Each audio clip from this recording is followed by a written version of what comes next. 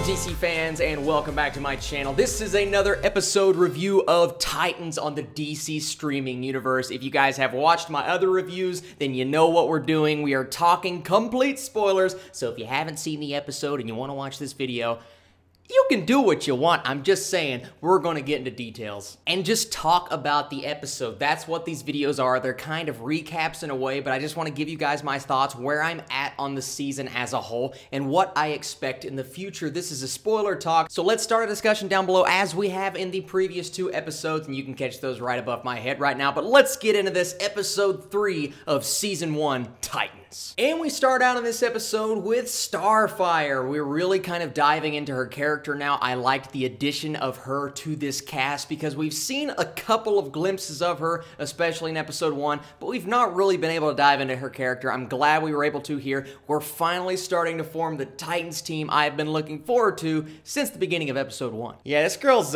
she's pretty mean. She's beating up some cops and throwing people down the stairs, and yeah, I didn't really like that at first because I'm like, this is not Starfire. She's not a ruthless person. But then you learn later on that she's been losing her memory. She doesn't really know what she's doing, what her mission is. She just knows that she has to find Rachel, aka Raven. And that's what she does. She scorches the evil dad, and the family's just like, yeah, okay, let's go tell the boss man that dad's dead. I find these villains really interesting. They're weird. When Raven's in the car with them, they're just smiling and cheery and happy. I always find an eeriness to a villain like that, so I love where they're going with them. I can't wait to see what happens next. But then it turns out they're not the villains of this episode. We find that out a little bit later. And then we find out Dove is still alive. If you guys watched my last episode recap, I predicted she would be fine, even though that fall, would have killed a lot of people. Then we have Dick Grayson, aka Robin, following Starfire and Raven around. He's trying to get to them. He's trying to figure out, okay, where are they going? What is the point of Starfire rescuing Raven? Now, I was trying to figure that out as well, and then comes the whole restaurant fight, and the dialogue in this scene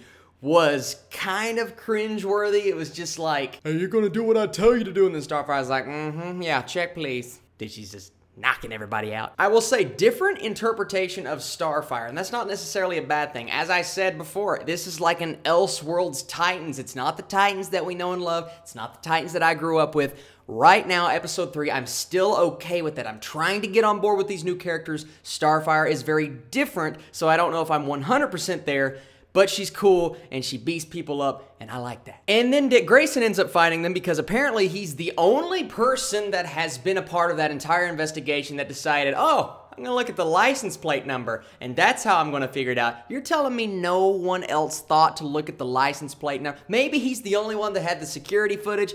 Probably, that's probably the case. But you know what? Still, somebody else could have at least asked for it. Most intriguing part of the episode for me, and it keeps happening, and I know other people are just like, Austin, come on, move on, man. You don't have to see what Bruce Wayne looks like. Yes, we do. Every time we see Bruce Wayne, it's either a hand, or it's a behind the head shot, or it's just a shadow. But these behind the head shots, they're starting to get on my nerve. Hashtag turn around Bruce Wayne. Hashtag turn around Bruce Wayne. I said this earlier, we come to the end of the episode, and it is not the evil family that has been following our heroes. Turns out to be the nuns. We have seen a lot of evil nuns this year. Just another thing full of evil nuns. And yeah, they're,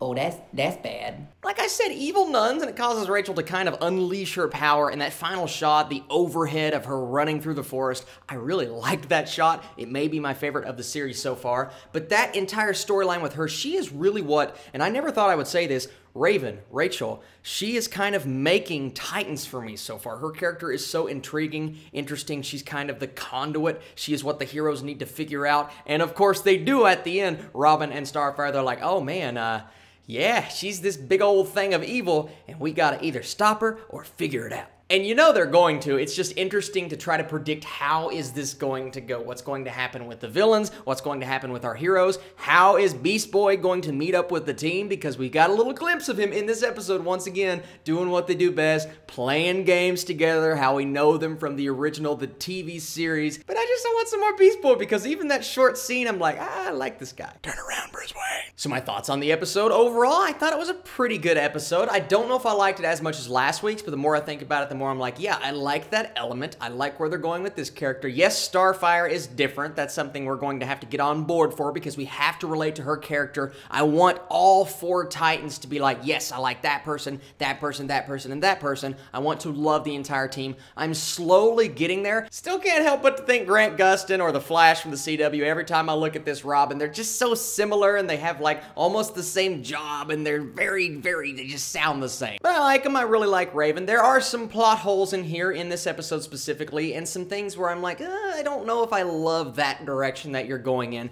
But once again, another pretty solid episode of Titans. I like where this show is going. I think it's on the right track. If it stays on these tracks, then I think by the end of the season, I'm going to be on board with the season 2. Thank you guys so much for watching this video, episode 4. Next weekend, you guys come back on Friday. I'll be watching that episode again. But first, we have to talk about episode 3. Get in that comment section. Spoil away. That is what I'm here for. You guys can start a conversations. We can gather all of the Titans fans up in these videos. Check out the playlist, and you can watch my other episodes and come back for more, guys. Seriously, I can't wait to keep doing these. When Young Justice comes out, I'm going to be doing that one as well. I am subscribed to this service, so I am going to take advantage of it and review as much content as I possibly can. Be on the lookout for a Sabrina series review. I'm right in the middle of that series right now. And later on, maybe tomorrow, Castlevania Season 2. Watching a lot of content. I haven't slept, nor breathed, nor ate any food. Turn around, Bruce Wayne. But you guys are the absolute best, and I'll catch you later.